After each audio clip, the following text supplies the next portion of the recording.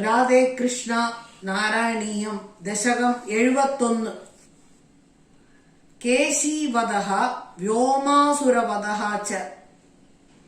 യത്നേഷു സർവേഷു വിനാവകേശീ കേശീ സഭോജേസി ദുരിഷ്ട ബന്ധുഃ ത്വം സിന്ധുജാവാപ്യ ഇതീവ മത്വാ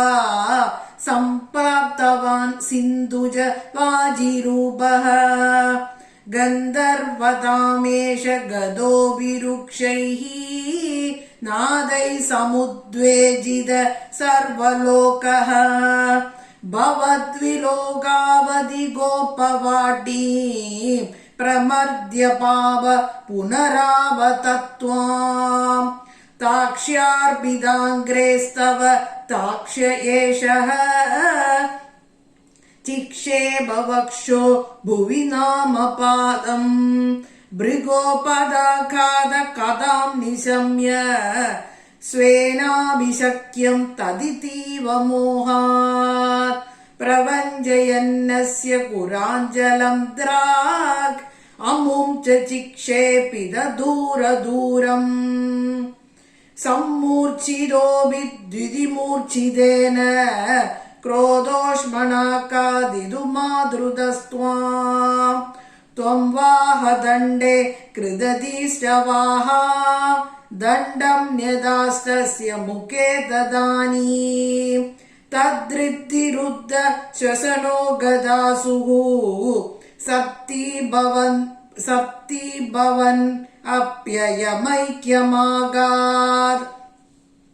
ആലംബമാത്രേണ പശോസുരാണാം പ്രസാദകേനൂത്ന ഇവാശ്വമേധേ കൃതേ ത്വയാ ഹർഷവശാത് സുരേന്ദ്രാഃ ത്വാം തുഷ്ടുഃ കേശവ നാമധേയം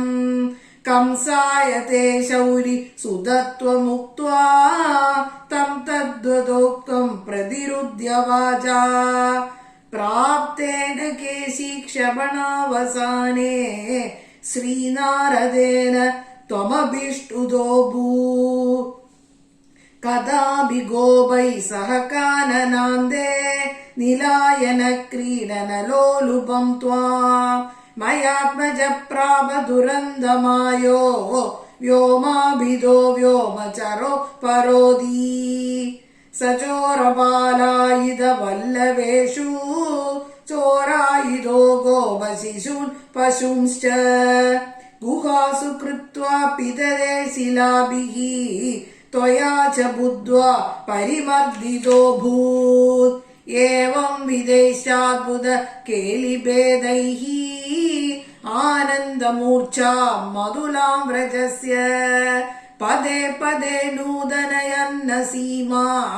പരാത്മരൂപിൻ പവനേശ പായാഃ. സർവത്ര ഗോവിന്ദനാമ സങ്കീർത്തനം. ഗോവിന്ദ